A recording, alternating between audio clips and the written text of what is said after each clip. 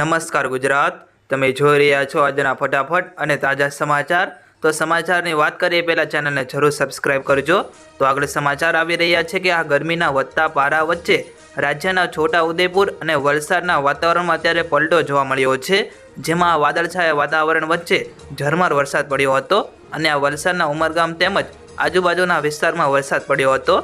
વાત કરવામાં આવે તો છોટા ઉદેપુર શહેરી વિસ્તારમાં ઝરમર વરસાદને કારણે ઉકળાટભર્યું વાતાવરણ પણ સર્જાયું હતું। તેમાં અત્યારે રાજ્યમાં એક બાજુ સૂર્ય તપી રહ્યો છે અને બીજી તરફ અમુક જગ્યાએ બેવડી ઋતુને કારણે લોકો અત્યારે મુશ્કેલીમાં પણ મુકાયા છે।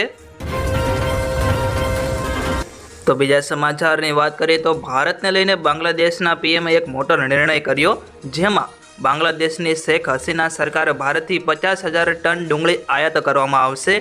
વાત કરવામાં આવે તો ડુંગળી નિકાસ ઉપર પ્રતિબંધ છતાં ભારત બાંગ્લાદેશને અત્યારે ડુંગળી મોકલશે, જેમાં બાંગ્લાદેશમાં વિપક્ષ દ્વારા ઇન્ડિયા આઉટ અભિયાન ચાલી રહ્યું છે અને આ અંગે પીએમ હસીનાએ કહ્યું કે ભારતના મસાલા વિના આપણે કેવી રીતે જીવશું? જો આટલો વિરોધ છે તો ભારતના બનેલા તમારા કપડા ઉપર સળગાવો। તમારું શું આ અંગે કોઈ નિવેદન છે તે નીચે કોમેન્ટ કરીને જરૂર જણાવો। તો અત્યારે ગુજરાતમાં પ્રથમવાર ઉમેદવારોને લઈને ભાજપ ચિંતામાં મુકાયું, જેમાં સાબરકાંઠામાં ભાજપે તેના બીજા ઉમેદવાર શોભના બારૈયાને બદલીને નવા ઉમેદવારની શોધ શરૂ કરી છે અને આ પાર્ટીમાં આંતરિક વિરોધ ટાળવા માટે હર્ષસંઘવીએ પ્રયાસ પણ શરૂ કર્યો છે। જ્યારે અત્યારે બંધ બારણે ચાલેલી બેઠકમાં સાબરકાંઠાના ત્રીજા ઉમેદવાર જાહેર થાય તેવી અત્યારે ચર્ચાએ જોર પકડ્યું છે।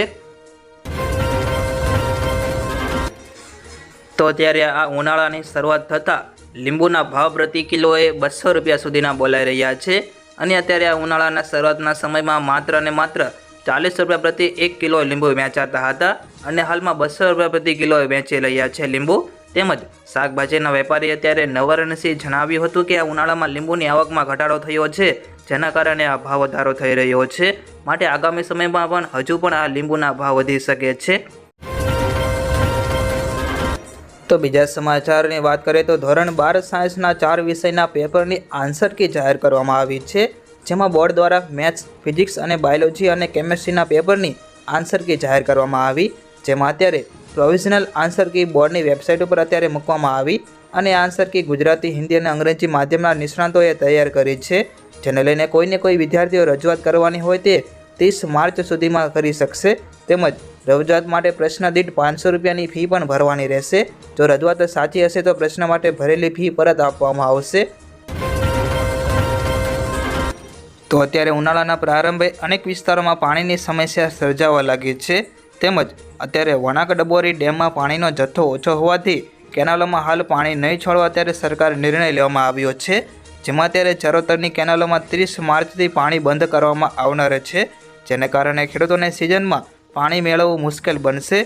તેમજ ઉનાળાની શરૂઆતમાં કાળઝાળ ગરમીની શરૂઆત થઈ છે, ત્યારે આ પાણીની સમસ્યા ઊભા થવા પામી, તેમજ અત્યારે ડેમમાં પાણીનો જથ્થો સતત ઘટી રહ્યો છે। તો એક મહત્વના સમાચાર આવી રહ્યા છે કે અમદાવાદમાં હવે પાલતુ શ્વાન માટે લાયસન્સ લેવું પડશે અને આ લાયસન્સ 500 થી 1000 રૂપિયા ભરીને તમને મળશે, જ્યારે આ માટે તમારા શ્વાનને RFID ચિપ લગાવવામાં આવશે લાયસન્સ માટે। અત્યારે આ શ્વાનના માલિકે શ્વાનનું રસીકરણ કરાવવું પડશે અને તે રસીકરણ કરાવ્યું હોવાનું પ્રમાણપત્ર મ્યુનિસિપલ કોર્પોરેશનમાં જમા કરાવવું પડશે, તેમજ ઉપરાંત શ્વાનની રાખ્યાનો જગ્યાનો ફોટો પણ અપલોડ કરવાનો રહેશે। જ્યારે આગામી દિવસોમાં આ પ્રકારના કૂતરાને કેટેગરાઇઝ કરીને તેની કેટેગરી મુજબ લાયસન્સ ફી નક્કી કરવામાં આવશે, તેમજ મ્યુનિસિપલ આ સૂત્રએ જણાવ્યું છે અને હાલ પૂરતી અત્યારે 500 કે 1000 રૂપિયા ફી લેવામાં આવી રહી છે।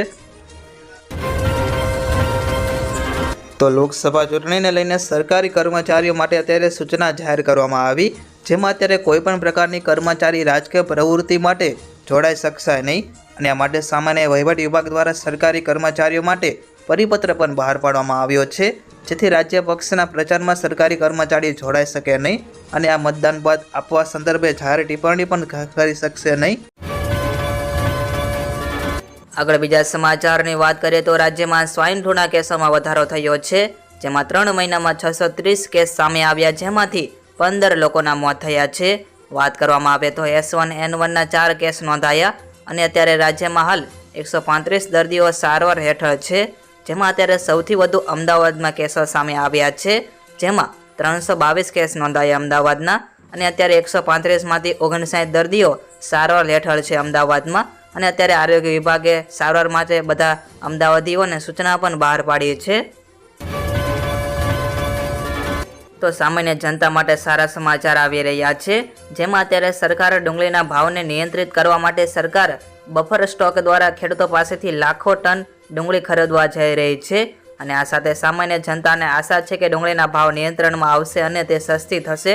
જ્યારે આપણે જણાવીએ કે સરકાર બફર સ્ટોક દ્વારા ખેડૂતો પાસેથી 5 લાખ ટન ડુંગળી ખરીદશે અને સરકાર નાફેડ અને NCCFને રવિ સિઝન માટે ડુંગળીની ખરીદીની સૂચના પણ અત્યારે આપી દીધી છે, માટે આગામી સમયમાં ડુંગળીના ભાવ ઘટી શકે છે। તો અત્યારે સોના ચાંદીના ભાવમાં ઘટાડો થયો છે, જેમાં અત્યારે 24 કેરેટ સોનું 296 રૂપિયા સસ્તું થઈને 66,420 રૂપિયા પ્રતિ 10 ગ્રામ રહ્યું હતું, તેમજ 22 કેરેટ સોનું 60,440 રૂપિયા અને 18 કેરેટ સોનું 49,815 રૂપિયા પ્રતિ 10 ગ્રામ ઉપર પહોંચી ગયું છે। તેમજ ચાંદીના ભાવમાં પણ આજે ઘટાડો થયો, જેમાં ચાંદી 478 રૂપિયા સસ્તી થઈને 73,803 રૂપિયા પ્રતિ કિલો પહોંચી ગઈ છે। તો અમદાવાદ ખાતે IPL 2024ની મેચો રમાવાની છે, ત્યારે અત્યારે IPL મેચને લઈને એમટીએસ બસે ખાસ વ્યવસ્થા શરૂ કરી, જેમાં મેચને લઈને અત્યારે સ્ટેડિયમ રૂટ ઉપર કુલ 68 બસોની ફાળવણી કરવામાં આવી। ત્યારે અત્યારે સવારના 6 વાગ્યાથી રાતના 1 વાગ્યા સુધી મેચ દરમિયાન એમટીએસ બસ દોડશે, જેમાં નહેરુનગર, ઇસ્કોન અને નારોલથી એમટીએસ બસની સુવિધા મળશે। જ્યારે અત્યારે ઉલ્લેખનીય એ છે કે 45 ઉપરાંત વધારાની 23 બસ IPLના ચાહકો માટે અત્યારે ફાળવણી કરવામાં આવી છે। તો વિદ્યાર્થીઓ માટે અત્યારે સરકાર દ્વારા સલામતીના પગલાં લેવામાં આવ્યા અને એમાં એક પરિપત્ર બહાર પાડવામાં આવ્યો છે, જેમાં પરિપત્રમાં જણાવવામાં આવ્યું છે કે આ વર્ષ દરમિયાન 3 ઋતુનો અનુભવ કરી રહ્યા છે, પરંતુ ઉનાળામાં એપ્રિલ અને મે મહિનામાં ગરમીનો પારો પીક ઉપર હોય છે। જ્યારે આવા સંજોગોમાં વાતાવરણની સાથે ઘરની ગરમી પણ વધવા લાગે છે, એના કારણે ડિહાઇડ્રેશન અને લૂ લાગવાની સંભાવના વધી જાય છે, જેથી શાળામાં અભ્યાસ કરતા વિદ્યાર્થીઓને ઉનાળામાં ગરમીમાં સલામતી માટે પગલાં લેવા અને ગુજરાતની માધ્યમિક તથા ઉચ્ચતર માધ્યમિક શાળામાં નોંધ લેવા અત્યારે સરકારે ખાસ જણાવ્યું છે। તો સમગ્ર ભારતમાં 4 ધામ યાત્રા ઉપર આવનાર શ્રદ્ધાળુઓ માટે એક મોટું અપડેટ સામે આવ્યું છે, જેમાં કેદારનાથ, ગંગોત્રી અને બદ્રીનાથ સહિતના 4 ધામોના દર્શન કરવા જનારા યાત્રિકોએ આ કામ કરવું ફરજિયાત છે, અન્યથા તેમની યાત્રા પૂર્ણ થશે નહીં। જેમાં દિલ્હી, NCR અને UP, રાજસ્થાન અને અન્ય રાજ્યોમાંથી ટેક્સીમાં 4 ધામ આવતા શ્રદ્ધાળુઓ માટે તેમના વાહનો માટે અત્યારે ગ્રીન કાર્ડ મેળવવું ફરજિયાત કરી દેવામાં આવ્યું છે। જો તેઓ આમ નહીં કરે તો તેમને 4 ધામ યાત્રા ઉપર જવા દેવામાં આવશે નહીં। ખાસ આ યાત્રિકોએ અત્યારે ખાસ નોંધ લેવી। તો ક્રૂડ ઓઇલની કિંમતોને લઈને અત્યારે મોટા સમાચાર સામે આવ્યા છે। વાત જાણે એમ છે કે મધ્ય પૂર્વ તણાવના કારણે કાચા તેલની કિંમત ઉપર અસર પડી, જેમાં ગાઝા પર યુદ્ધ વિરામ ઉપર વાતચીત શરૂ થઈ હોવાના સમાચાર છે, જેના કારણે ગઈકાલે કાચા તેલની કિંમતમાં ઘટાડો જોવા મળ્યો હતો, જેમાં એક તરફ અમેરિકન તેલના ભાવ પ્રતિ બેરલ $81 નીચે આવી ગયા છે, તો બીજી તરફ ગલ્ફ દેશોમાંથી બેરલ દીઠ $86 અને વધુ દૂર ગયું છે। આ પહેલાં અત્યારે દેશમાં સરકારે પેટ્રોલ અને ડીઝલના ભાવમાં ₹2નો ઘટાડો કરવાની જાહેરાત કરી હતી। હવે જોઈએ કે આગામી સમયમાં ઘટાડો થાય છે કે નથી થતો।